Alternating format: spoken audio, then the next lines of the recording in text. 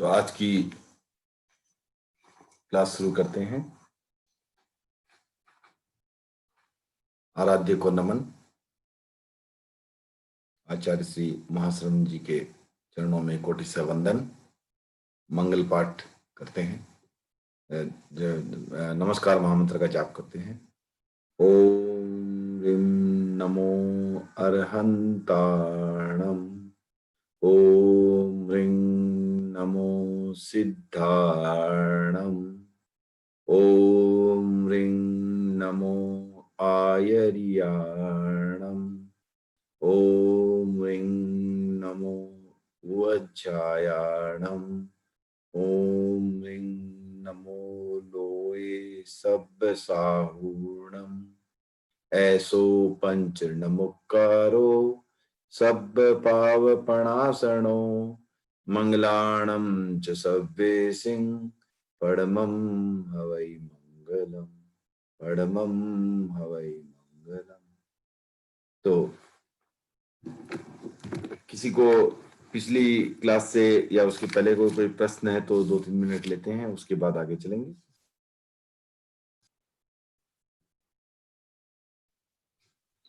जय जिनेंद्र। जय जिनेंद्र। मुझे पूछना था, दश आशंसा के प्रयोग संसारोन्मुखी वृत्ति है, चैप्टर 5 का सेकंड पेज में है। हाँ। 10 आशंसा के प्रयोग संसारोन्मुखी वृत्ति है। यहाँ आशंसा का मीनिंग? आशंसा का अर्थ हुआ यहाँ इच्छा। ओके। एंड इच्छा, लालसा, इच्छा, ये आशंसा का अर्थ है। ओके। तदाकार, अतदाकार, इनका अर्थ? तो जो स्थापनाएं होती है वो आपको एक तो सेम आकार की बना के दिखाई जाती है। जैसे किसी चीज का चित्र बना के समझाने की कोशिश की जा रही है, तो एक तो होती है जैसी आकार होता है वैसा ही आकार का कुछ बना के बताया जाता है आपको, वो हो गई तदाकार। तदाकार माने जैसा आकार। अतदाकार मीन्स जैसा आकार नहीं है, सिर्फ सांकेतिक रूप से। जैसे आप मान लो शतरंज खेलते हो, तो शतरंज में किसी को आप घोड़ा बोलते हो, किसी को हाथी बोलते हो, किसी को मंत्री बोलते हो। वो हाथी जैसा दिखता तो नहीं है, लेकिन फिर भी आपने उसको मान लिया हाथी है, तो वो हो गई अतदाकार स्थापना।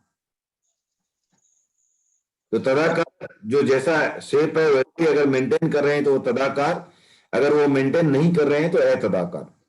भले ही वो शेप चित्र के रूप में हो या मूर्ति के रूप में, जैसे भी जनरली एक ऑब्जेक्ट ही रहेगा कुछ दिखाने के लिए।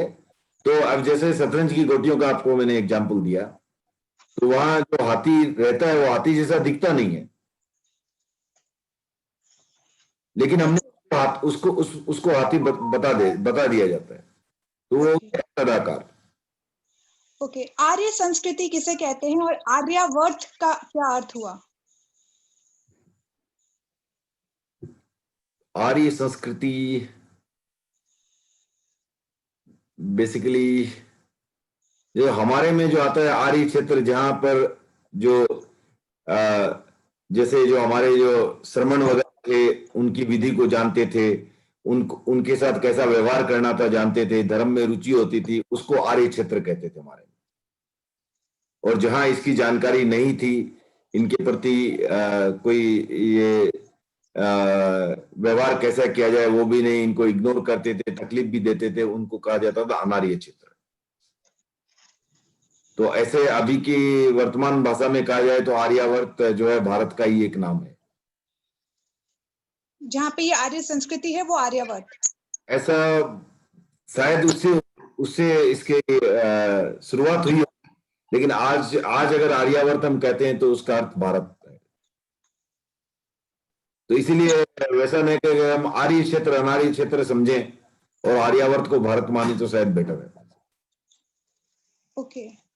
यहाँ नर्मदा तट वाले पोर्शन में एक लाइन है, वैदिक आर्यों से पराजित होकर जैन। वो आज होगा वो।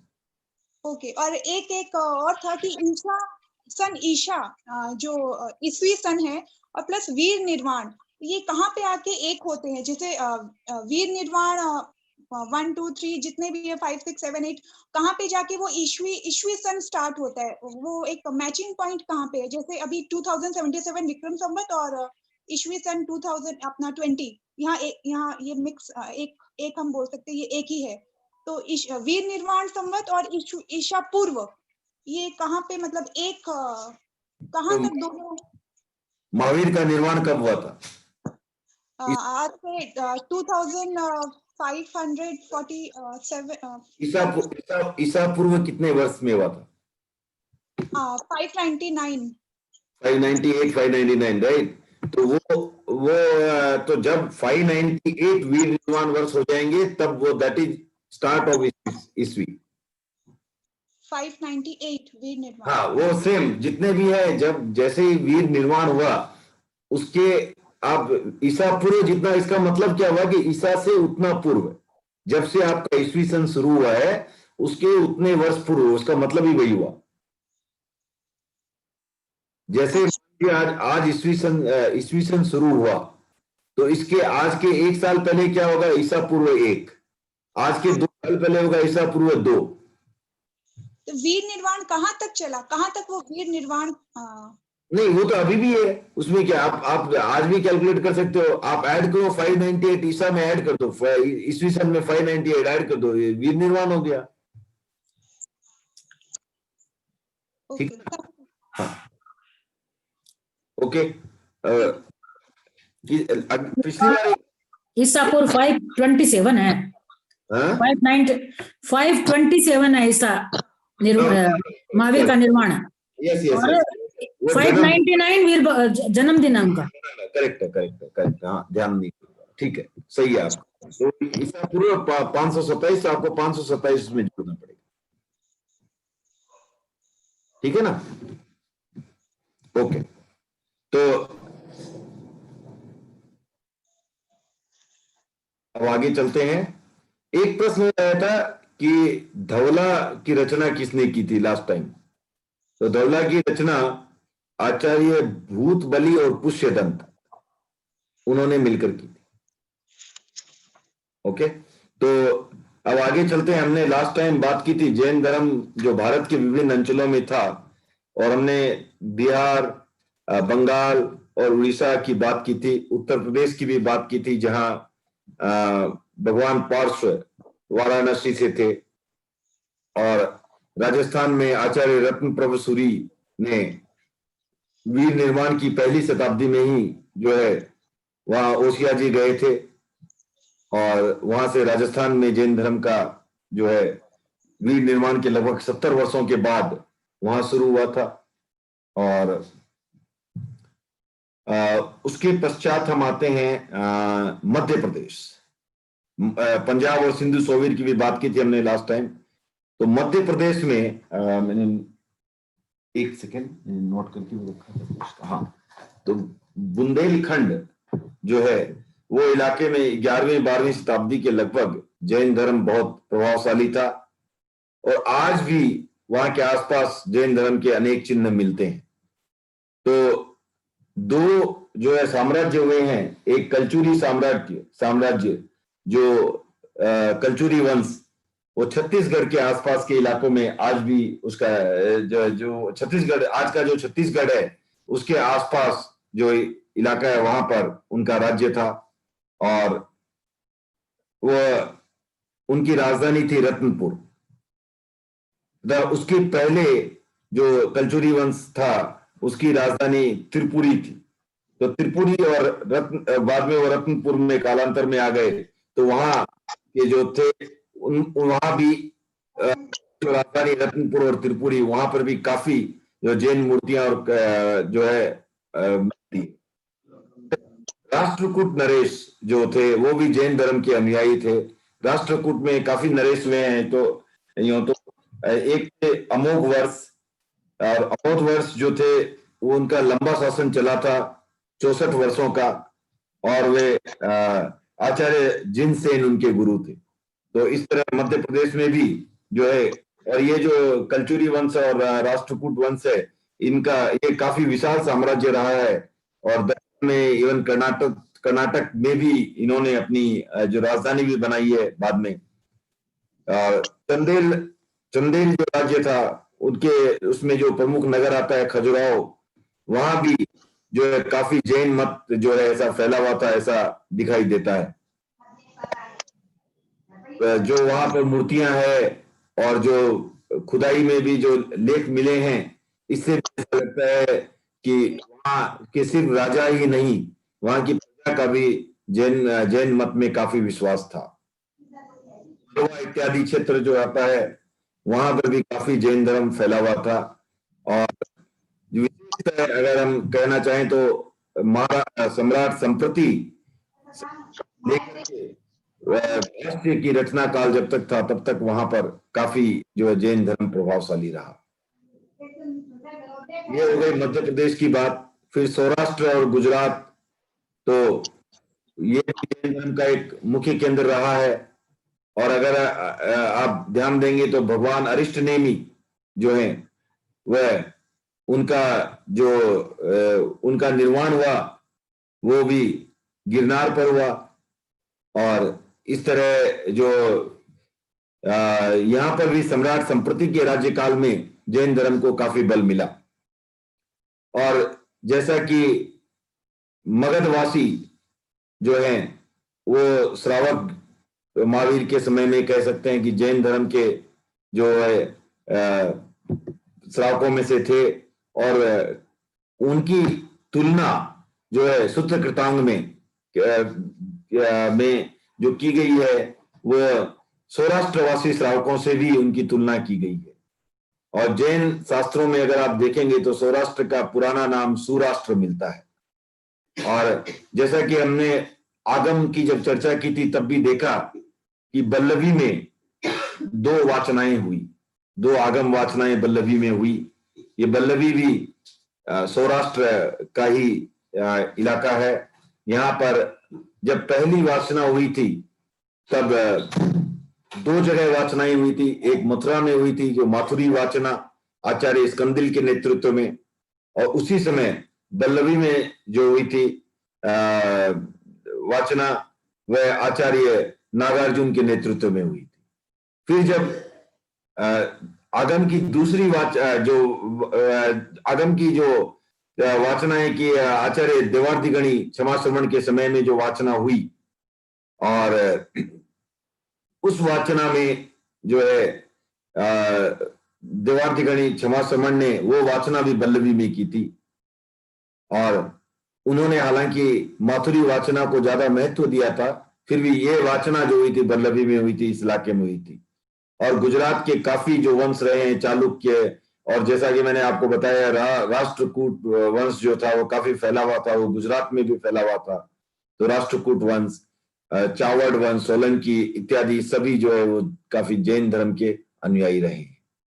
और काफी ऐसे पुराने जमाने में ऐसे भी राजा हुए हैं जो जैन धर्म को फॉलो खुद तो नहीं करते थे, लेकिन फिर भी उन्होंने जैन धर्म को काफी जो है हद तक एक तो कह सकते हैं कि सुरक्षा प्रदान की है, उनके लिए जो है उनको प्रश्रय दिया है और उनको कोई तकलीफ ना आए ऐसा श्रमणों को, ऐसी व्यवस्था उन्होंने काफी शासन कालों में हुई। और फिर आते हैं हम महाराष्ट्र, बंबई कह लीजिए, महाराष्ट्र क्षेत्र। तो वो ये जो क्षेत्र है वो सम्राट संप्रति के पहले अनार्य क्षेत्र में इसकी गणना होती थी। ये अनार्य क्षेत्र था, आर्य क्षेत्र नहीं था। लेकिन सम्राट संप्रति ने जो वहां उनके शासनकाल में जैन साधु वहां अच्छी तरह से विहार करने लगे, और ये बाद में ये जैनों का एक प्रमुख विहार क्षेत्र बन गया। इनफैक्ट जो जैन आगमों की भाषा है प्राकृत, वह जो प्राकृत है वह महाराष्ट्री प्राकृत से बहुत प्रभावित है। प्राकृत के 2 रूप देखने को मिलते हैं वैसे, एक तो अपना जो महाराष्ट्री प्राकृत है और एक पाली से भी जो है वो आती है जिसमें अपने बुद्धों के ग्रंथ लिखे गए हैं। तो ये हमारा जो जैन आगम है उसकी भाषा महाराष्ट्री प्राकृत से काफी प्रभावित है। और कुछ विद्वानों ने इस प्राकृत के इस रूप को जैन महाराष्ट्री प्राकृत का नाम दिया है। तो वहां जैन का भी नाम उन्होंने जोड़ा है, जिससे कि हमें पता चलता है कि वहां कितना जैन धर्म का प्रभाव था। जो 8th और 9th सेंचुरी जो हुई है, वहां पर विदर्भ पर चालुक्य राजाओं का राज्य था, तो और 10वीं शताब्दी में वहां राष्ट्रकूट राजाओं का शासन था। और जैसा मैंने आपको बताया, ये दोनों ही वंश जो है जैन के अनुयायी रहे हैं, और ये दोनों जैन धर्म के अच्छे पोषक भी रहे हैं। तो ये इस तरह महाराष्ट्र में जैन धर्म बहुत खूब फूला फला। नर्मदा तट पर भी जैन धर्म के अस्तित्व को जो है उसका उल्लेख पुराणों के टाइम, वेद पुराणों के टाइम से ही आता है। और जो आर्य थे, वैदिक आर्य थे, उनसे पराजित होकर जो कुछ जो जाता है, हाँ ऐसा करते हैं ना। कृपया म्यूट कर ले जिन्हें भी। हाँ, तो जो आर्यों से पराजित होकर जो जैन धर्म के उपासक असुर थे, वह नर्मदा तट पर रहने लगे, और कुछ समय बाद वो उत्तर भारत में भी फैल गए। एक वंश आता है हेहय वंश, और हेहय वंश की जो है वो वंश भी वहीं नर्मदा तट पर ही जो है वहां से उसकी शुरुआत रही है। और भगवान महावीर का के जो श्रवणोपासक थे चेटक, वो भी हेहय वंश के ही थे। तो इस तरह आप नर्मदा तट पर भी देख सकते हैं कि जैन धर्म काफी जो उसका प्रभाव था। उसके पश्चात जो आता है देखने में दक्षिण भारत, तो दक्षिण भारत में जैन धर्म का प्रभाव जो है वो काफी पुराना है। भगवान पार्श्व और महावीर से पहले से ही इसका प्रभाव था। कहा जाता है कि जिस समय द्वारका दहन हुआ, उस समय भगवान अरिष्टनेमी जो है वो पल्लव देश में थे, जो कि दक्षिण का ही एक हिस्सा है। और उसके बाद जब घटना आती है कि जब अकाल पड़ा, तब भद्रबाहु स्वामी भी दक्षिण में गए। और वो क्यों गए होंगे दक्षिण में, ये कोई ऐसा कोइंसिडेंस नहीं कहा जा सकता। दक्षिण में इसीलिए संभवतः गए हैं क्योंकि वहां पहले से जैन धर्म था, और जब उत्तर भारत में अकाल पड़ा तो वो वहां से विहार कर दक्षिण भारत की तरफ आ गए। और जो है आप काफी वंश जो हुए हैं राजाओं के दक्षिण भारत में भी, वो भी या तो जैन रहे हैं या उन्होंने जैनों को संरक्षण प्राप्त किया है। पांड्य, गंग, राष्ट्रकूट, कलचुरी, जैसा कि आपको पहले ही बताया मैंने, राष्ट्रकूट और कलचुरी वंश है जो कर्नाटक तक भी फैले हुए थे इधर। और होयसल वंश जो कि यहाँ मैसूर में होयसल वंश के राजा थे, वो भी जैन थे। तो इस तरह जो है जैन धर्म हर जगह दक्षिण भारत में भी फैला हुआ था। तमिलनाडु में चोल वंशीय शासक वो जैन नहीं थे, लेकिन फिर भी उन्होंने जैनों को बहुत जो सहयोग दिया, बहुत संरक्षण दिया। और कलचुरी वंश के तो मैंने बात आपको बताई है। और उसके संस्थापक जो थे त्रिभुवन विजल, उनके सभी दान पात्रों में भी आप पाएंगे कि जैन तीर्थंकरों के चित्र अंकित थे। तो उससे भी ये पता चलता है कि कितना जैन धर्म का प्रभाव उन पर रहा था। इसी तरह विजयनगर के राजा भी जैन धर्म के प्रति काफी जो है वो अच्छा भाव रखते थे। काफी उन्होंने जैन मंदिर बनवाए और जैन मुनियों को दिया। तो इस तरह जो है दक्षिण भारत में भी जैन धर्म जो है काफी फैला रहा।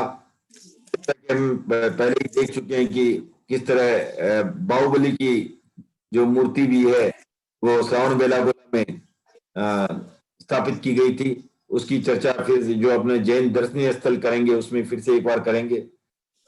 उत्तर भारत में भी जैन धर्म का काफी प्रभाव था। और ईस्वी 250 तक, ये 75 से लेकर 250 तक, जब तक कुषाण वंश का राज था, तो जैनों का जो है काफी प्रभाव रहा। उसके बाद कुषाण वंश का जब पतन हुआ, उसके बाद जैनों का प्रभाव भी धीरे धीरे वहां से घटा। और गुप्त काल में पुनः जब 320 ईस्वी के आसपास जब गुप्त काल आया, तब फिर से जैनों को वहां संरक्षण मिलने लगा। हालांकि वो गुप्त वंश जो थे, गुप्त काल के राजा, वो जैन नहीं थे, फिर भी वो जैनों को संरक्षण प्राप्त करते थे।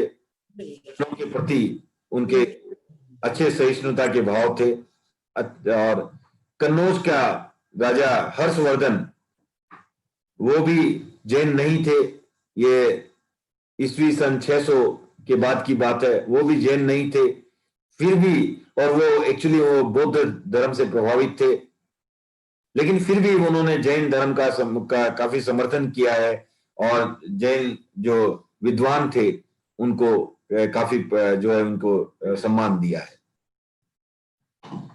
जब उसके बाद जब मुगलों का समय आया 12वीं शताब्दी के आसपास, तो उनके आक्रमण के कारण सभी जो धर्म परंपराएं थी उन पर उनको जो है जो मुगलों का कोपभाजन बनना पड़ा।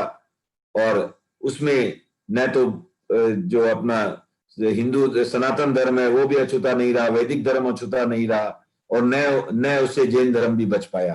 तो इस तरह जो है फिर भी जो काफी क्षेत्रों में किसी तरह जैन धर्म भी पनपा, और आज जिस रूप में हमारे सामने है वो वहां से मुगलों के आक्रमण के बावजूद भी जो है काफी अंचलों में जो जैन धर्म जो है वो बचा रहा। ये रहा भारत के विभिन्न क्षेत्रों में इस तरह जैन धर्म फैला रहा। उसके बाद कुछ चर्चा करते हैं विदेशों में जो जैन धर्म जो है वो कैसे फैला। तो भगवान ऋषभ ने जो है, तो यहाँ पर एक और अर्थ आता है भगवान ऋषभ, पार्श और महावीर। कहा जाता है इन्होंने अनार्य देश की यात्रा की। और यहाँ अनार्य देश से मतलब जो आता है, जो एक तो मैंने आपको अनार्य का अर्थ बताया पहले, जिसका अर्थ था कि जहां पर जो श्रमण परंपरा से परिचित नहीं थे, उनके प्रति सहिष्णु नहीं थे, उनके प्रति जो है थोड़ा कभी कभी उग्र रूप भी धारण कर लेते थे, वो अनार्य क्षेत्र थे। और कभी उनको छेड़ते भी थे, उन पर तो इस तरह का जो था वो अनार्य क्षेत्र थे। एक और वर्णन अनार्य क्षेत्र का आता है सूत्रकृतांत के एक श्लोक में, जिसका अर्थ आता है भाषा भेद। तो जहां पर जो हमारे थे वो अगर अपने से अलग भाषा के क्षेत्र में जाते थे तो उसे भी भाषा के आधार पर अनार्य क्षेत्र जो है कहीं कहीं वर्णन आता है। तो यहाँ पर जो अनार्य क्षेत्र जो आया है उसे हमें विदेश समझना चाहिए, अपने देश से बाहर वो गए, इस तरह की हम कह सकते हैं। तो भगवान ऋषभ ने जो बहली ये है और उस क्षेत्र का नाम बैक्ट्रिया या है, तो वो अभी जो है अफगानिस्तान, पाकिस्तान और तजाकिस्तान उन क्षेत्रों में है। फिर उसी तरह यूनान जो ग्रीक है वहां पर सुमात्रा में हुई यात्रा हुई, पढ़नव इत्यादि देशों में भी उन्होंने यात्रा की। और पढ़नव जो है वो ईरान का हिस्सा है। और भगवान अरिष्टनेमी मलय देश गए थे। जब द्वारका दहन हुआ तब अरिष्टनेमी पल्लव देश में थे। भगवान पार्श्वनाथ ने जो है काफी देशों की यात्रा की। तो हालांकि उस समय के देश काफी देश आज भारत में भी रहेंगे, कुरु, कौशल, काशी, सुमय, नाम किताब में दिए हुए हैं, आप पढ़ सकते हैं। फिर दक्षिण में कोंकण, कर्नाटक, पल्लव इत्यादि क्षेत्रों में गए। वो सारे उस समय अनार्य क्षेत्र माने जाते थे। और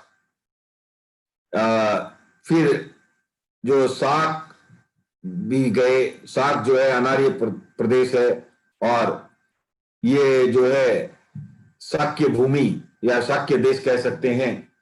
इसका ये जो है ये भूमि नेपाल में है, और इसे एक शब्द आया यहाँ उपत्यका।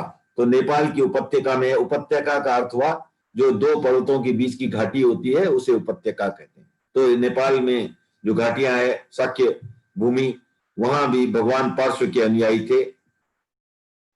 तो भगवान महावीर जो है वो भी काफी हमने चर्चा की, अनार्य भूमि में गए। वज्र भूमि जो बंगाल की का हिस्सा थी, सुमय भूमि, दृढ़ भूमि आदि अनेक अनार्य क्षेत्रों में वो गए। और उत्तर पश्चिम सीमा प्रांत एवं अफगानिस्तान में भी काफी जो है जैन श्रमणों ने विहार किया। जैन श्रावक भी समुद्र पार भी जाते थे और इनका काफी व्यापार जो होता था वो उसके भी प्रमाण मिलते हैं कि विदेश व्यापार जैन श्रावकों ने किया है। और जैन श्रमण भी जो है वो काफी दूर देशों तक यात्रा करते थे। और यूनान में भी जो है पांड्य राजा ने जो दूत भेजे थे उनके साथ जैन श्रमण भी गए थे। इराक में, फिलिस्तीन में इत्यादियों में जैन, बौद्ध इत्यादि सैकड़ों की संख्या में जो हमारे श्रमण थे, बौद्ध भिक्षु थे, वो चारों ओर फैले हुए थे। पश्चिमी एशिया जो मिडिल ईस्ट आप कह सकते हो, वहां वेस्टर्न एशिया, वहां भी फिर मिस्र, यूनान इत्यादि में जो है काफी भारतीय साधु वहां रहते थे जो अपने त्याग के लिए प्रसिद्ध थे। और यूनानी लेखक जो हैं वो ये बताते हैं कि मिस्र, इथोपिया, एब्सिनिया इत्यादियों में दिगंबर मुनि जो है वो रहते थे। अरब का एक क्षेत्र है जो आर्द्र देश कहा जाता है और कुछ विद्वान मानते हैं कि ये इटली का एक क्षेत्र है। वहां भी जो है वहां के राजकुमार जो थे वो भी भगवान महावीर के संग में दीक्षित हुए थे। बेबीलोनिया में भी इस तरह जैन धर्म का प्रचार भी हुआ और वो बौद्ध धर्म के काफी पहले हुआ। इस तरह एक और आता है वर्णन आता है समानिया संप्रदाय जो है वो भी जो मिडिल ईस्ट में है। समानिया संप्रदाय, वो कहा जाता है कि समानिया संप्रदाय जो है वो श्रमण का ही, समानिया शब्द जो है वो श्रमण से ही अपभ्रंश होकर के आया है। समानिया जो श्रमण शब्द से बना है। और इस तरह मैं कुछ पोर्शन यहां से स्किप करूंगा क्योंकि ये आप देखेंगे कि इनके जो है ये एक और इंटरेस्टिंग बात है कि इवन यहूदी लोगों पर भी, क्रिश्चियंस पर भी जो है काफी कुछ लोगों पर जैन धर्म का प्रभाव पड़ा है। और इनमें एक खास जो है ग्रुप बना एस्मिनी जो है, उन्होंने जो क्रिश्चियन जो रीति रिवाज थे उनको छोड़ करके वो जो है अपने त्याग का जीवन बिताने लगे। वो बस्ती से दूर जाकर के कुटिया बना के वहां रहने लगे, अहिंसा को अपना लक्ष्य मानने लगे और ये मांस वगैरह खाने से भी उन्होंने वो छोड़ दिया और कठोर संयम का जीवन बिताने लगे। यहाँ तक कि वो अपरिग्रह का भी जीवन बिताने लगे और पैसा लेने देने या छूने से भी इनकार करने लगे। तो साथ साथ वो जो जानवरों की बलि दी जाती है उसका भी विरोध करने लगे और उन्होंने जो है समस्त जो रिसोर्सेज हैं, संसाधन हैं, उनको समाज की संपत्ति मानते हुए जो है अपनी संपत्ति वो नहीं मानते थे। तो इस तरह जो है हमने देखा कि किस तरह जो काफी विदेशों में भी जैन धर्म फैला हुआ था। आज भी हम देखते हैं कि हमारे समणी जी के माध्यम से अलग अलग देशों में, चाहे रशिया हो, चाहे यूके हो, चाहे यूएस हो, वहां पर जो है हमारे जो केंद्र हैं और आप देखेंगे कि इवन विदेशी यूनिवर्सिटीज में भी जैनों के काफी रिसर्च सेंटर्स हैं। और हमारे और अन्य जो संप्रदाय के संत हैं वो आचार्य हमारे आचार्य तो वाहन का प्रयोग नहीं करते हैं, लेकिन जो और आचार्य हैं जो वाहन का प्रयोग करते हैं वो भी काफी विदेशों में गए हैं। हालांकि हमारे आचार्य महाश्रमण जी भी भूटान, नेपाल इत्यादि की यात्रा की है। तो इस तरह विदेशों में भी हमें काफी जैन धर्म जो है वो फैला हुआ मिलता है। अब बात करते हैं हम जैन धर्म के कुछ विशिष्ट स्थलों की। तो पहला स्थल जो आता है आबू, ये जो आबू की पहाड़ियों के बीच में है और इनमें आबू के जो जैन मंदिर हैं वो काफी प्रसिद्ध हैं। और आबू में भगवान ऋषभदेव जी का मंदिर जो है सोलंकी जो नरेश थे उनके मंत्री विमल साहा ने सन 1032 में बनवाया। भगवान नेमी का मंदिर बनवाने वाले दो भाई थे, वस्तुपाल और तेजपाल, और इन्होंने जो है जो पत्थर पर काम कराया कारीगरों को, जो पत्थर से निकलने वाले जितने भी टुकड़े थे, नक्काशी का जो काम कराया, उतने टुकड़ों के बराबर में उन्होंने चांदी उनको दी और इस तरह उनका जो कारीगरों का उत्साह बढ़ाया। तो इनमें काफी उस समय काफी खर्चा हुआ और इसका निर्माण लगभग सन 1232 में हुआ। तो आबू में आप काफी लोगों ने शायद ये भी देखा होगा कि दिलवाड़ा के टेम्पल जो हैं वो आप अगर अंदर से देखोगे तो काफी भव्य हैं और बाहर से देखोगे तो काफी सामान्य से दिखते हैं। और इसका भी कारण था क्योंकि उस समय जो मुगलों का राज्य था, उन्होंने जो काफी हिंदू टेम्पल्स पर और जैन टेम्पल्स पर जो है काफी प्रहार किए थे, आक्रमण किए थे। उसके कारण ये बाहर से भव्य ना दिखे, इसलिए उसको इस तरह बनाया गया ताकि वो बाहर से बहुत साधारण दिखते हैं, लेकिन आप अंदर से अगर अंदर में देखोगे तो आप काफी जो है ये सुंदर मंदिर दिखते हैं। तो ये आप देखोगे। फिर आप समेत शिखर जो है एक और जो अपना प्रमुख स्थल आता है, और ये इस स्थल की क्या बात करें, ये बिहार के हजारीबाग जिले का एक स्थान है और वर्तमान में इसका नाम पारसनाथ हिल है। और 24 में से हमारे 20 तीर्थंकर जो है वो इसी समेत शिखर से ही उनको जो है निर्वाण हुआ है। तो इस तरह ये एक बहुत ही महत्वपूर्ण ऐतिहासिक स्थल जैनों के लिए कहा जा सकता है, क्योंकि 24 में से 20 तीर्थंकरों का जो है निर्वाण इसी पर्वत से हुआ, इस समेत शिखर से हुआ। और ये इसीलिए इसे समाधिगिरी भी कहा जाता है। फिर आता है आपको शत्रुंजय, एक और क्षेत्र, ये सौराष्ट्र में पालीताना के पास, और यहां भगवान ऋषभ का भव्य मंदिर है। जैन तीर्थों में इसका नाम पुंडरिक या आदि तीर्थ कहा जाता है। और यहाँ अक्षय तृतीया पर बरसी तप का पालना करने के लिए लोग दूर दूर से आते हैं। ये यहाँ पर जो है काफी जो है धर्मशालाएं हैं जैनों के लिए, और यहाँ सैकड़ों जैन साधु साधियां विराजमान रहती हैं। महाराज कुमारपाल ने भी लाखों रुपए खर्च करके यहाँ मंदिरों का जो पुराने मंदिर थे उनको काफी उनका सुधार करवाया था। और यहाँ से अनेक मुनि निर्वाण को प्राप्त हुए हैं। और थावच्चा पुत्र का भी निर्वाण यही हुआ था। थावच्चा पुत्र का भी एक महत्वपूर्ण जो है की कथा जैनों में आती है। तो थावच्चा पुत्र जो है वो एक अपने महल में रहते हैं, उसके पड़ोस में एक बच्चा जन्म लेता है, तो वहां पर सुमधुर गीत गाए जाते हैं। जब सुमधुर गीत का श्रवण कर जो है, अच्छा यहाँ एक ब्रेक ले लेते हैं, उसके बाद थावच्चा पुत्र की कथा बनाएंगे। किसी को कोई प्रश्न हो तो यहाँ पूछ सकते हैं 2 मिनट का।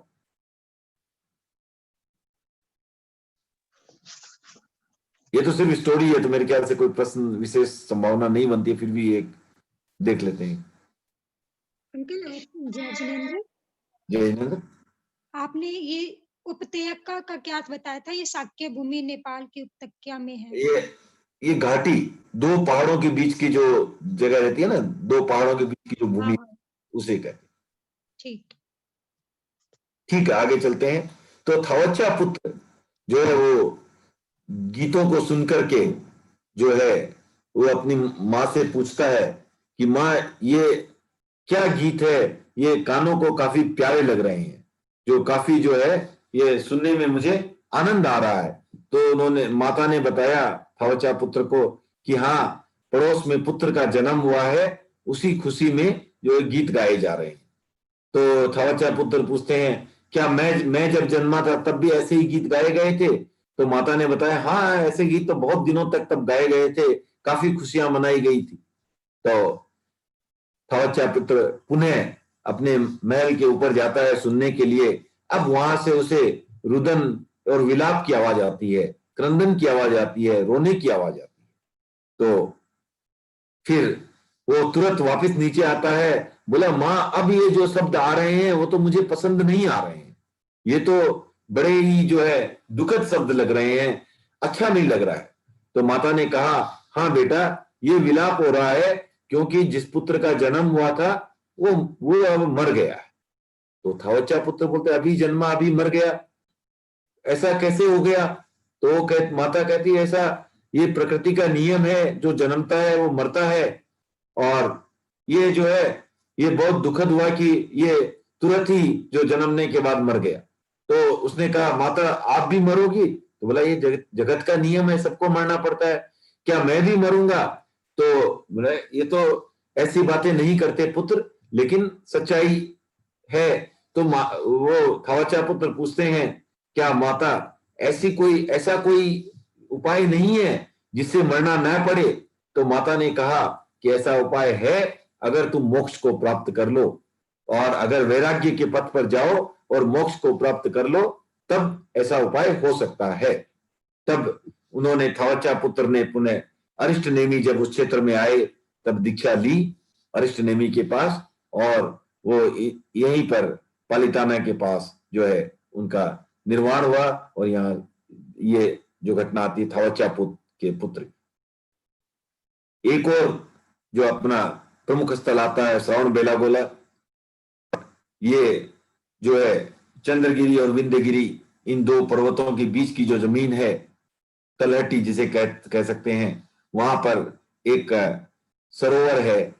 और वहीं ये जो मैसूर से करीब 62 मील की दूरी पर है, वहां पर गोमटेश्वर बाहुबली की ऊंची मूर्ति है। और इसकी स्थापना जो है उस चामुंड राय ने कराई थी। और चामुंड राय का घरेलू नाम, जैसा कि लास्ट टाइम भी हमने किसी ने बताया था, यहाँ पर गोमट्ट था। और इस आधार पर जो है जो ये मूर्ति गोमटेश्वर कहलाती है, और इस आधार पर बाद में बाहुबली भी अब गोमटेश्वर के नाम से भी जाने जाते हैं। तो यहाँ पर जो है आचार्य नेमिचंद्र ने जो है वो पंच संग्रह नामक एक ग्रंथ है, उन पर जो लिखा है उसका भी नाम जो है वो गोमट्ट सार कहा गया है। तो श्रवण बेलागोला में भी करीब करीब 500 शिलालेख हैं और काफी जो देखने लायक जगह है। और फिर आता है रणकपुर। अपने राजस्थान में वापस चलते हैं, पाली जिले में। तो रणकपुर में जो है यहाँ पर धरणा शाह जो है उन्होंने ये मंदिर बनवाया। तो उन्होंने एक विमान देखा जिसका नाम होता, नलिनी गुल्म नाम का विमान अपने सपने में देखा। और उस विमान की आकृति से वो इतने प्रभावित हुए कि उन्होंने उस आकृति का एक मंदिर बनाने की उन्होंने प्रतिज्ञा कर ली।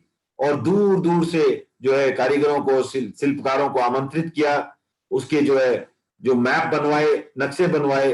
और एक जो है देपाक नामक शिल्पी था, उनका नक्शा जो है उन्हें पसंद आया और उन्होंने उस आधार पर 1495 में विक्रम संवत 1495 में ये जो है मंदिर की नींव डाली। और 3 साल में करीब करीब यह मंदिर बनकर तैयार हुआ। और इसमें उस समय कहा जाता है 1 करोड़ रुपया करीब व्यय हुआ। और ऐसा धरणा शाह के बारे में ऐसा भी कहा जाता है कि वो काफी जो कंजूस प्रवृत्ति के थे। तो ऐसी घटना आती है कि एक बार वो मंदिर का निर्माण देखने गए तो वहां पर एक दिया जल रहा था। तो दिया तेल का दिया था और उसे एक मक्खी गिर गई। तो जब मक्खी गिर गई तो धरणा शाह ने तेल से, तो मक्खी पर तेल लग गया, वो तेल वेस्ट ना जाए इसलिए वो तेल जो है से लगी हुई मक्खी को निकाल करके अपने जूते पर रख लिया, ताकि वो तेल जो है वो जूते पर काम आ जाए। और इस तरह जो है जूते की पॉलिश उस तेल से उन्होंने एक तरह से कह सकते हैं कर ली। तो जब जो कारीगर थे उन्होंने जब देखा तो उन्होंने कहा ये इतना कंजूस आदमी ये कैसे ये मंदिर बनाएगा, इसमें जो खर्चा आएगा वो कैसे वहन करेगा, कैसे ये मंदिर का निर्माण होगा। तो उन्हें ये जब संदेह हुआ तो उन्होंने परीक्षा लेने की सोची, और परीक्षा लेने के लिए उन्होंने कहा कि देखिए इसमें जो है आपको ये इसकी नींव में सर्व धातु का प्रयोग करना होगा, अर्थात वो काफी कॉस्टली हो जाएगा। इस तरह से उन्होंने कहा कि ये मंदिर को अगर नींव मजबूत करने के लिए हमें इसका जो प्रयोग करना होगा। और शिल्पियों की बात सुनकर धरना शाह ने तुरंत जितनी मात्रा में सर्व धातु चाहिए थी उतनी मात्रा में एकत्रित कर उन्होंने दे दी। तब और वो काफी आश्चर्यचकित हुए। तब धरना शाह का ये मानना था कि व्यर्थ में एक पैसा भी खर्च नहीं होना चाहिए, और जरूरत में आवश्यक खर्च जितना भी हो उसमें तनिक भी कमी नहीं होनी चाहिए। रणकपुर के मंदिर के बारे में ऐसा जो है आप लोगों में से काफी लोगों ने देखा भी होगा, जिन्होंने नहीं देखा है वो जरूर जाके देखें। इसमें 1444 जो है खंबे हैं और उन पर यह मंदिर टिका हुआ है। और उस समय न तो इतनी सिविल इंजीनियरिंग थी, न कोई कैलकुलेशन थे, किस तरह इसका निर्माण हुआ होगा, एक आश्चर्य की बात है। उसके बाद जैसा मेरे सुनने में आया है कि जो आज की मॉडर्न इंजीनियरिंग ने ट्राई की है, वहां पर खंबा रखने की इस तरह के जैसा मंदिर में है, वो 24 घंटे भी वहां खड़ा नहीं रह पाता, वो खंबा वो टूट जाता है। तो इस तरह वहां पर जो है इन खंभों पर ये मूर्ति आदिनाथ जी की मूर्ति जो है वहां पर स्थापना की गई है उस मंदिर में। और उसकी भी एक ऐसी जो आप रूप में स्थित की गई है कि आप मंदिर के कहीं भी खड़े हो, कहीं भी कोने में खड़े हो, आपको हर जगह से मंदिर में किसी भी एंगल में खड़े हो आदिनाथ जी की मूर्ति के दर्शन होते हैं। तो इस तरह जो है ये अपने कह सकते हैं कि पत्थर के पर जो शिल्प है उसका बहुत ही अनोखा नमूना है। और वहां की नक्काशी भी देखते ही बनती है, जो चाहे आप रूफ पर देख लो, चाहे आप खंभों पर देख लो, बहुत ही सुंदर नक्काशी जो है उन मंदिरों में देखने को मिलती है। फिर आता है राजगृही, बिहार में पुनः ये राजगृही बिहार शरीफ के नजदीक है। वहां पर काफी चातुर्मास भगवान महावीर ने भी किए थे, और भगवान महावीर की निर्वाण स्थली पावापुरी से भी ज्यादा दूर नहीं है। ये पहाड़ी इलाका है और इन पर जो है 5 पहाड़ है, विपुलाचल, रत्नाचल, उदयगिरी, रत्नगिरी, उदयगिरी, स्वर्णगिरी और व्यवहारगिरी। इनमें सबसे बड़ा पर्वत है विपुलाचल और सबसे छोटा पर्वत है व्यवहारगिरी। व्यवहारगिरी की संभवतः ऊपर चढ़ने के लिए करीब 500 सीढ़ियां है, 500 से कुछ ऊपर सीढ़ियां है। और ऐसा कहा जाता है कि स्वर्णगिरी में जो है वो राजा श्रेणी के समय से कुछ स्वर्ण का जो आके आभूषण वगैरह जो है वो भी स्वर्णगिरी में एक जो है कह सकते हैं कि एक क्षेत्र में उसको रखी गई है। और वहां पर ऐसा मानना है कि वहां पर काफी टैंक वगैरह भी चलाए गए, लेकिन उस पोर्शन को कोई तोड़ नहीं पाए। तो ये और इस तरह आप संभवतः उदयगिरी या रत्नगिरी में भूल रहा हूं, वहां पर एक जो है ऊपर मंदिर के जो पहाड़ पर्वत के ऊपर जाने की व्यवस्था भी है, उसका नाम है शांति स्तूप, जो इस वहां पर जो है आपको जो इलेक्ट्रिक के द्वारा चलाया जाता है और वो आपको आप पहाड़ के ऊपर उससे जा सकते हैं। तो विपुलाचल भी पर तपस्या करके कई मुनियों को मोक्ष हुआ है। व्यवहार गिरी के नीचे गर्म पानी का एक कुंड है जिसका नाम ब्रह्म कुंड है, और ऐसा कहा जाता है कि वहां पर जो है चर्म रोग ठीक हो जाते हैं। वहां पर जो गर्म पानी आता है, वहां पर मैंने भी स्नान किया हुआ है, मुझे मालूम है कि वहां गर्म पानी आता है और इतना गर्म रहता है कि आप डायरेक्ट उसके अंदर जा भी नहीं सकते। पहले कुछ कम गर्म पानी जो बाहर आता रहता है उससे आप स्नान करके ही उसमें कुंड में घुस सकते हैं, और ये वहां पर काफी चर्म रोग जो है उनका निवारण हो जाता है। और इस तरह ये जो है अपना राजगृही क्षेत्र आता है। फिर राजस्थान में पुनः एक दक्षिणी अंचल में धुलेव नाम का कस्बा है उदयपुर के आसपास, और यहाँ कोयल नाम की नदी बहती है, और वहां ऋषभ देव जी का विशाल मंदिर है।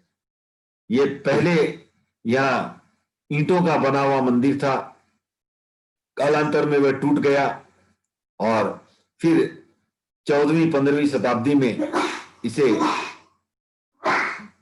पत्थर का मंदिर बना दिया गया। और यहाँ जो भगवान ऋषभ देव की काले रंग की श्याम वर्ण की पद्मासन में भव्य प्रतिमा है, और इस मूर्ति पर काफी केसर चढ़ाई जाती है, इसलिए यहाँ का इसे केसरिया जी या केसरिया नाथ जी भी कहते हैं। ऐसा माना जाता है कि ये मूर्ति बहुत ही चमत्कारिक है, और यहाँ जैन और बिना जैन, अजैन, भील आदि काफी अन्य जाति के लोग भी यहाँ जो है इसकी मानता मानते हैं, और भील लोग इस मूर्ति को काला जी कहकर पुकारते हैं, और उनके मन में भी जो काफी इस मूर्ति के प्रति, प्रतिमा के प्रति श्रद्धा और विश्वास है। तो ये हुई जो अपनी जो है जो कुछ जैनों के स्थल हैं, हालांकि काफी स्थल छूट जाते हैं। कर्नाटका में भी मुझे पता है काफी स्थानों पर जैनों के मंदिर हैं जो काफी दर्शनीय स्थल है। श्रवण बेलागोला के अलावा भी जो है काफी यहाँ पर आते हैं, मंदिर आते हैं जो जैनों के अच्छे मंदिरों में गिने जा सकते हैं। और जो अपने ऐसे तो दर्शनीय स्थल वर्तमान में भी काफी जैनों के बने हैं। नाकोड़ा जी का नाम आता है, अपने जैन विश्व भारती का नाम ले सकते हैं, आचार्य श्री की जो शक्ति स्थल है उनका नाम लिया जा सकता है। तो इस तरह काफी जैनों के स्थल हैं जो आज भी काफी जगह बन रहे हैं। अब आज हम चर्चा करेंगे 2 या 3 जो अपने श्वेतांबर के आचार्य हुए हैं उनकी। तो वीर महावीर की परंपरा में महावीर के उत्तरवर्ती जो पटधर हुए वो आचार्य सुधर्मा हुए, और सुधर्मा के जो है पटधर हुए, सुधर्मा के बाद वो हुए आचार्य जम्बू, और जम्बू के बाद हुए आचार्य प्रभव। तो इस तरह प्रभव जो है इस श्रृंखला में चौथे थे, महावीर, सुधर्मा, जम्बू और प्रभव। अब प्रभव स्वामी जो है अंतिम अपने जो अवस्था थी उस समय जो है वो राज्य किसी को सौंप करके जो है ध्यान स्वाध्याय में अपना समय बिताना चाहते थे। और राजगृह में जो है स्वयंभव नामक एक ब्राह्मण परिवार में जन्मे हुए, वात्स्य गोत्रीय ब्राह्मण परिवार में जन्मे हुए विद्वान थे स्वयंभव। ये वेदों ज्ञाता थे और अन्य भी काफी उन्हें अच्छा ज्ञान था। और इधर आचार्य प्रभव अपना जो है गण किसी को संभलाना चाहते थे, आचार्य बनाना चाहते। उन्होंने समस्त अपने जो साधु साध्वी संघ है उसकी तरफ ध्यान दिया, लेकिन उनके मन में कोई भी जचा नहीं। फिर उन्होंने श्रावकों की ओर ध्यान दिया कि श्रावकों में से कोई अगर किसी में ऐसी अर्हता हो, किसी में ऐसा जो है कह सकते हैं कि सामर्थ्य हो, तो उसे आचार्य बना दिया जाए। लेकिन तब भी वहां भी वो किसी से संतुष्ट नहीं हुए, उन्हें कोई जचा नहीं। तब उन्होंने जो है उनका ध्यान गया, ये यज्ञ करते थे, स्वयंभव काफी यज्ञ करने में लगे रहते थे, माहिर थे और काफी बड़े विद्वान थे। तो इनकी तरफ ध्यान गया तो इन्हें लगा कि ये व्यक्ति योग्य है। तो उन्होंने जो है काफी समझाया स्वयंभव को, और समझा करके उन्होंने उन्हें जैन शासन में दीक्षित किया। क्योंकि एक तो ब्राह्मण थे, वैदिक परंपरा के थे, वहां से उन्हें समझा बुझा करके जो है जो अपनी जैन परंपरा में उन्हें दीक्षित किया। अब दीक्षित करने के बाद उन्हें जो है तत्व का गहरा अध्ययन किया और वे आचार्य प्रभु के उत्तराधिकारी बने और आचार्य संयंभव हुए। जब संयंभव की दीक्षा हुई थी उस समय उनकी पत्नी गर्भवती थी और तदंतर उन्होंने एक पुत्र को जन्म दिया जिसका नाम था मनक। और मनक जो है जब बड़ा हुआ तो वो अपने पिता की खोज में चंपा नगरी आते हैं। वहीं गांव के बाहर दोनों मिले तो पुत्र ने जो है आचार्य संयंभव के पास दीक्षा ली। आचार्य संयंभव जो है वो हस्तरेखा में भी पारंगत थे, जैसा कि आपको बताया कि काफी वेदों के भी ज्ञाता थे, बहुत बड़े विद्वान थे, हस्तरेखा के भी पारंगत थे। और उन्होंने अपने पुत्र की हाथ की रेखा देखकर ये जान लिया कि इसकी उम्र अधिक नहीं है और ये सिर्फ 6 महीने का आयुष्य है। तो इस छोटे से समय में कैसे जो है मनक इतना विशाल जैन शास्त्रों का अध्ययन कर पाएगा, कैसे उन्हें समझ पाएगा, इसी दुविधा में तो उन्होंने जो एक 10वें कालिक सूत्र जो आज बहुत मुख्य सूत्र हमारा बन गया है उसकी रचना की और उसमें अलग अलग पूर्वों से अंगों से जो है निर्योजन किया, अर्थात वहां से जो मुख्य मुख्य अंशों को लिया और उसका लेकर के 10वें कालिक की रचना की। और ये 10वें कालिक का जो है मुनि मनक ने अच्छा जो है अध्ययन किया, अच्छा अभ्यास किया और वे उसमें जो है पारंगत, वे काफी प्रखर उसमें हुए। 6 महीने जैसे ही बीते मुनि मनक का स्वर्गवास हो गया और इधर आचार्य संयंभव उनका मन मोह से भर गया। उनका जो मन जो है उन मन में पुत्र के प्रति मोह भर आया, उनकी आंखों से अश्रु निकल गए। तब अन्य मुनियों ने इसका कारण पूछा कि आचार्यवर ये क्या हुआ। तब आचार्यवर ने बताया कि देखो ये मुनि मनक मेरा पुत्र था, मेरा संसार पक्षी पुत्र था। और तब लोगों के मन में आया कि अरे महाराज पहले बता देते तो हम ध्यान रखते।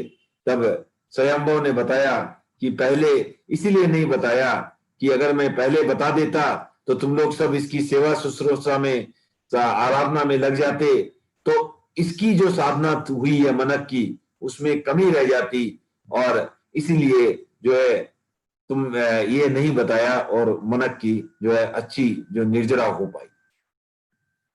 आचार्य संयंभव जो है वो श्रुत केवली थे। वह 28 वर्ष की अवस्था में दीक्षित हुए और 21 वर्ष के साधुपने के बाद 49 वर्ष की अवस्था में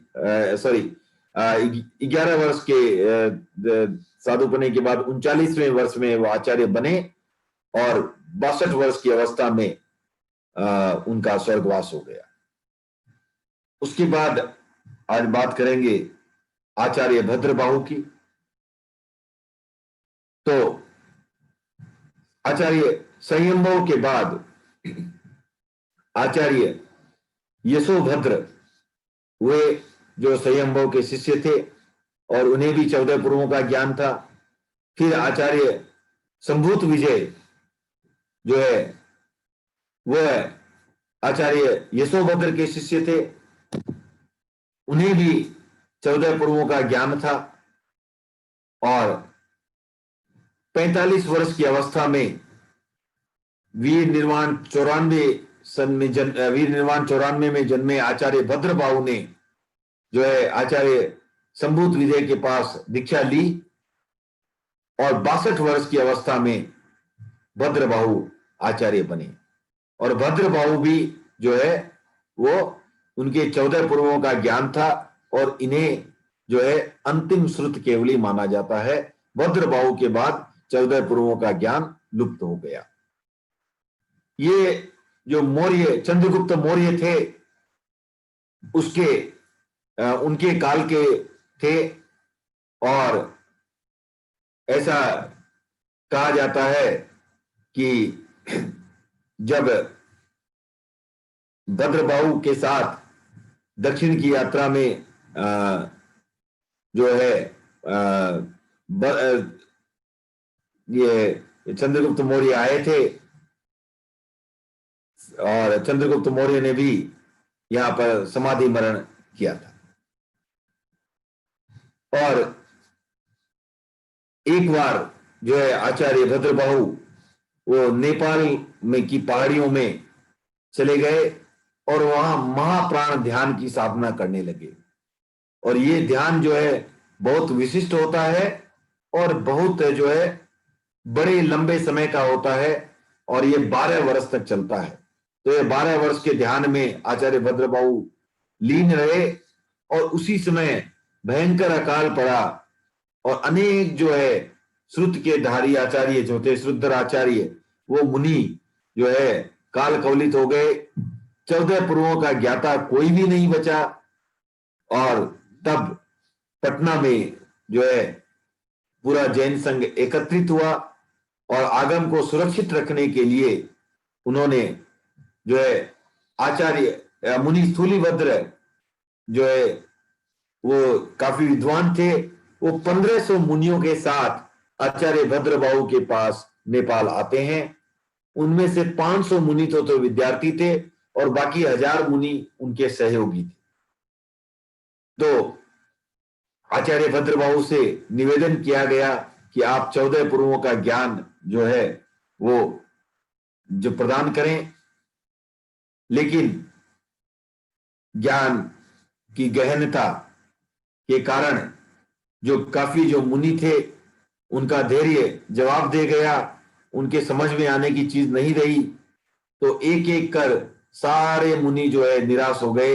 एक स्थूलीभद्र जो है वो धैर्य पूर्वक पढ़ते रहे, और उन्होंने 10 पूर्व का अर्थ सहित उन्होंने जो है ग्रहण किया। 10 पूर्वों का ज्ञान उनको जब हो गया, तो एक बार उनकी बहनें उनको देखने के लिए आई, और मुनि स्थूलीभद्र के मन में आया कि मेरी बहनों को भी पता चलना चाहिए कि मैं कितना बड़ा ज्ञाता बन गया हूं और मुझ में कितनी कितनी विद्याएं आ गई है। तो उन्होंने जो है जो गुफा में बैठे थे वहां पर सिंह का रूप धारण कर लिया। जब उन्होंने सिंह का रूप धारण कर लिया, तो जो आचार्य बहनें डर गई और आचार्य भद्रबाहु से कहा कि गुफा में तो मुनि नहीं मिले और गुफा में तो सिंह बैठा है।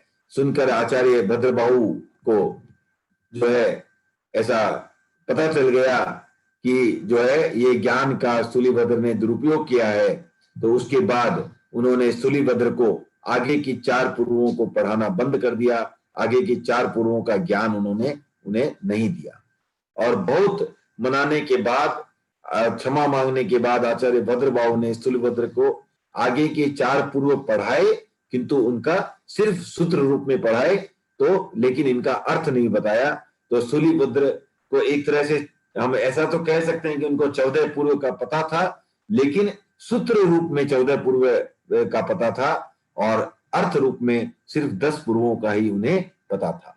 इस तरह जो है ये अंतिम 4 पूर्वों का ज्ञान उसके बाद भद्रबाहु स्वामी के बाद लुप्त हो गया।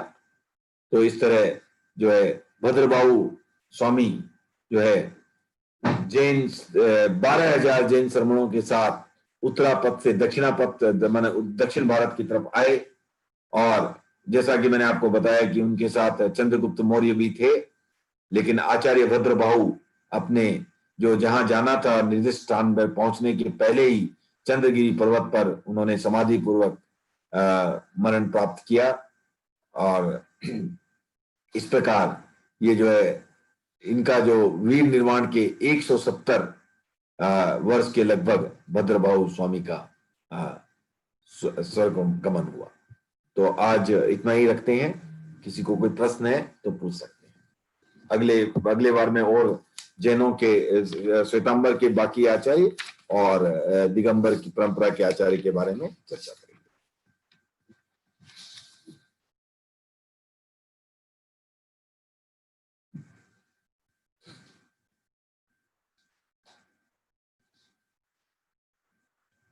किसी को कोई प्रश्न हो तो पूछ सकते हैं।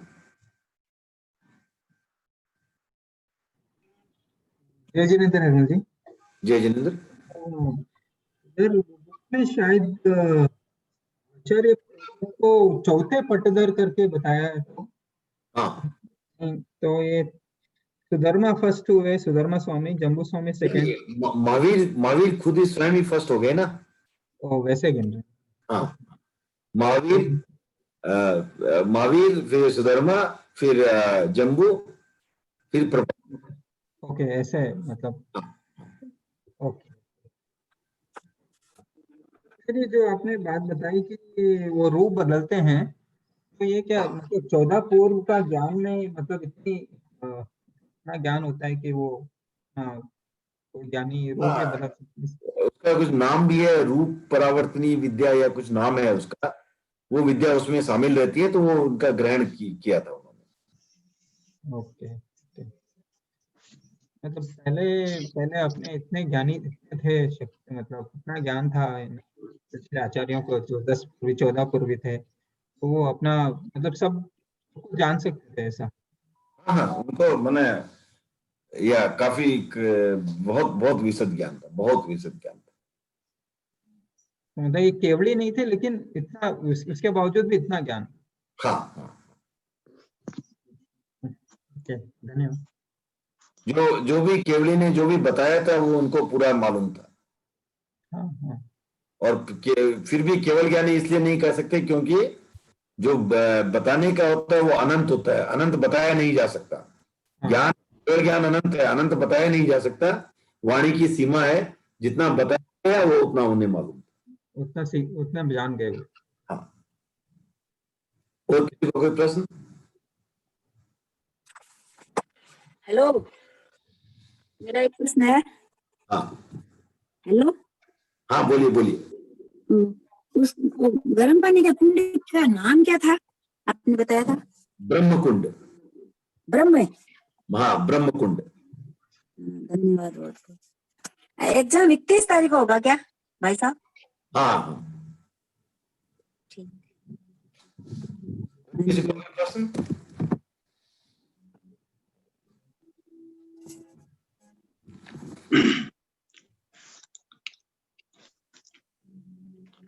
जय जिनेंद्र अंकल। जय जिनेंद्र। अंकल कोई क्वेश्चन का फॉर्मेट या कुछ मिल पाएगा क्या एग्जाम का? हाँ, वो आएगा आएगा आएगा। अच्छा ठीक है अंकल। अभी अभी एग्जाम से अलग क्वेश्चन रखे तो ज्यादा अच्छा रहेगा, सिर्फ हमें ज्ञान संबंधी क्वेश्चन रखना है अभी। नहीं ज्ञान तो है सर, लेकिन थोड़ा सा एग्जाम के लिए भी हाँ, पढ़ना वो था बराबर इसलिए। है, बट एग्जाम की बात व्हाट्सएप ग्रुप पे डालें, उसमें आंसर करेंगे विवेक जी। अच्छा ठीक है। हाँ, यहाँ पर थोड़ा क्या है, समय को इसको ज्यादा अपने सही में प्रश्न उत्तर है उनमें लगाए तो अच्छा रहेगा। जय जिनेंद्र अंकल जी। जय जिनेंद्र। ये जो हमें इसमें बताया गया है कि हमारे जो आचार्य थे वो फॉरेन में भी जाते थे, तो वो उस जमाने में जाते कैसे थे? तो मेरे ख्याल से तो इतना वर्णन तो नहीं आता है, कहीं मैंने खोजने की कोशिश की, अब मेरे ख्याल से पद विहार करके ही गए होंगे, क्योंकि जो आप मध्य अपना जो मिडिल ईस्ट वगैरह की बात कर रहे हैं वहां तो जा ही सकते हैं ना, तो जैसे अफगानिस्तान पाकिस्तान का ये इस तरह के जो इलाके हैं, यहाँ ईरान है वगैरह, तो पहुंचा जा सकता है। अच्छा ठीक है, थैंक यू अंकल जी। कृतज्ञ। और किसी को कोई प्रश्न? जय जिनेंद्र साहब। जय जिनेंद्र लक्ष्मीलाल जी साहब, कैसे हैं सर? एकदम ठीक हूँ। बढ़िया। हाँ, बहुत अच्छे रूप से आपकी ये अपनी क्लास चल रही है सर, उसके लिए बहुत बहुत आभार। और काफी अच्छी जानकारियां आपके माध्यम से हमारे पास में पहुंच रही है, और हमें ये लगता है कि इस तरह की जानकारियां का ये पहली बार ये कार्यक्रम हो रहा है। हालांकि अपने अध्यात्म में उसमें अपन कोर्स तो काफी टाइम से कर रहे हैं, एग्जाम भी हो रहे हैं, परंतु ये एक नवीनतापूर्ण कार्यक्रम हुआ है और काफी अच्छे ज्ञान की वृद्धि भी हुई है। इसके साथ ही जैसे बाहुबली का जो अपन चित्रण कर रहे हैं स्वर्णबेलगोला में, इसका थोड़ा सा इतिहास वापस बताएंगे क्या? हाँ जरूर।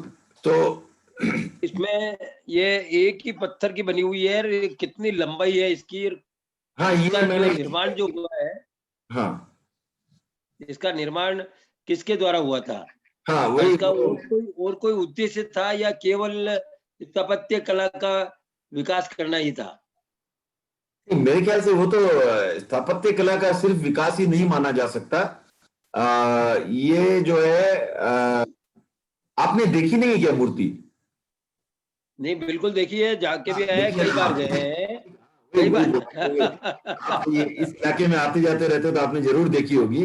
बिल्कुल बिल्कुल देखिए है। हाँ, तो आपके प्रश्नों का जो उत्तर है वो 2 भाग में। पहले तो आपने कहा क्लासे अच्छी लग रही है, तो मैं इतना ही कहूंगा, आप आते रहो, हम सुनाते रहेंगे। तो धन्यवाद धन्यवाद दिक्कत नहीं है। तो ओमरम। तो दूसरी जो कि ये इसका ये जो है 57 57 फीट की एक ही 57 में मूर्ति है। हाँ, बाहुबली की 57 बनी हुई है, एक ही पत्थर की बनी हुई है। और इसकी रचना जो थी वो राजमल्ल नरेश के जो प्रधानमंत्री थे और सेनापति भी थे, चामुंड राय, वो प्रधानमंत्री भी थे, सेनापति भी थे, चामुंड राय। तो उन्होंने करवाई थी चामुंड राय, ये सन 1028 में, तो आज से करीब 1000 वर्ष पहले। और ये जो है एक ही पत्थर से में बनी हुई मूर्ति है, और इसका 12 वर्षों में जो है महाअभिषेक भी होता है। और जो अभिषेक होता है उसमें जो अभिषेक, जिसको जानकारी होगी काफी लोगों को, जैसे मस्तिष्क पर काफी, हाँ, जो जल वगैरह जो भी है, अच्छा माने या पवित्र चीजें, उनसे जो है अभिषेक किया जाता है। और ये यहाँ पर जो है मस्तकाभिषेक जो होता है बाहुबली का, उसमें जो है आपको दूध, फूल इत्यादि काफी माने जल माने काफी चीजें इस्तेमाल होती है। तो हालांकि मौका मिला है सुनने का, पर जाने का मौका नहीं मिला है। तो ये बाहुबली के बारे में, ये मंदिर के बारे में जानकारी है। और ये चामुंडा राय का क्योंकि घर का नाम गोमट्ट था, इसलिए यस, हाँ, इसलिए उसे जो है गोमटेश्वर भी कहा जाता है। गोमटेश्वर, जैसे लास्ट टाइम हमें बताया गया गोमट के ईश्वर, तो गोमटेश्वर। और जो उनका पंचग्रंथ संग्रह ग्रंथ है, उसका भी नाम जो है वो गोमट्ट सार रखा गया है। गोमट्ट सार, हाँ, थैंक ये यू एक बहुत फेमस ग्रंथ है आचार्य नेमिचंद्र जी का। नेमिचंद्र जी का। जय जिनेंद्र साहब। जय जिनेंद्र साहब। इसमें इतने नाम है और इतने स्थान है, कैसे याद रह पाएंगे? साहित्य को लीजिए, ये परंपरा, इसमें साहित्य तो और भी ज्यादा, और कैसे याद रह पाएंगे? नहीं, ठीक है ना, तो आप तो बुक देखना भी अलाउड है ना। तो अपने को याद से ज्यादा है कि समझना है। याद का अपना महत्व है, समझने का अपना महत्व है। नहीं, समझने का तो ठीक है, लेकिन जिस समय एग्जाम होगा उस समय कैसे होगा फिर? वो तो कि हमेशा मैं तो एग्जाम लेने वाला हूँ, लेने वाले का काम आसान होता है। लिखने वाले को याद रखना पड़ता है, लेने वाले को याद रखना नहीं पड़ता है। ठीक है, एक और क्वेश्चन है। हाँ, कि जब तीर्थंकर गर्भ में आते हैं तो उनकी माता 14 स्वप्न देखती हैं। हाँ। ये सभी तीर्थंकरों के साथ ऐसा है, तो पर भगवान ऋषभ की माता ने 14 स्वप्न देखे या नहीं, ये कहीं वर्णन नहीं आता है।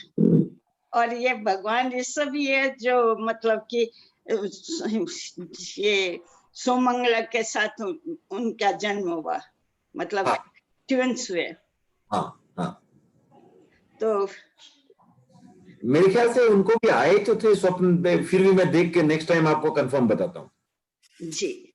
हाँ, मेरे ख्याल से आए तो होंगे, उनको भी कंफर्म बताता हूँ। वर्णन ज्यादातर महावीर के ही सपनों का आता है जी, क्योंकि महावीर, क्योंकि हमारे क्लोजेस्ट तीर्थंकर वही है ना, अंतिम वही थे। नहीं, सब में जैसे पार्श्व पढ़ो और इष्ट नेमी पढ़ो, सब में ही उनकी माता देखते हैं। हाँ, वही मेरे मन में आया कि ऋषभ का कहीं वर्णन नहीं आता है कि उनकी माता देख के बताता हूँ अगली बार। कृतकोष में। Thank you. आज की यहीं तक रखें जी, आज की क्लास यहीं तक रखते हैं फिर। Thank you. लक्ष्मीलाल जी साहब, यस सर, कृतज्ञोस्मि। मंगल पाठ, मंगल पाठ। कृतज्ञोस्मि। सर, कृतज्ञोस्मि। Thank you. पहले मंगल पाठ हो जाए, गांधी जी। हाँ, yes. मंगल पाठ। हाँ, आप लक्ष्मीलाल जी आप सुनाए मंगल पाठ आज।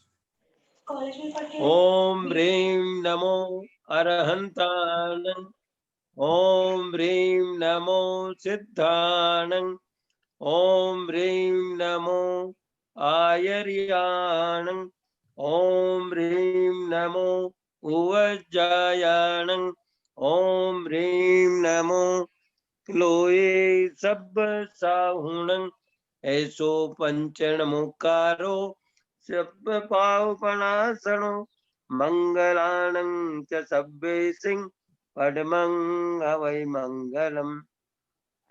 चत्तारि मंगलम् अरहन्ता मंगलम्, सिद्धा मंगलम्, साहू मंगलम्, केवली पन्नतो धम्मो मंगलम्। चत्तारि लोकुत्तमा अरहन्ता लोकुत्तमा, सिद्धा लोकुत्तमा, साहू लोकुत्तमा, केवली पन्नतो धम्मो लोकुत्तमो। चत्तारि शरणं प्रवज्जामि, अरहन्ते शरणं प्रवज्जामि, सिद्धे शरणं प्रवज्जामि, साहू शरणं प्रवज्जामि, केवली पन्नतं धम्मं शरणं प्रवज्जामि। विघ्नहरण मंगलकरण स्वाम भिक्षुनो नाम, गुणोलक सुमिरन किया, सरे अचिंत्य काम, सरे अचिंत्य काम, सरे अचिंत्य काम।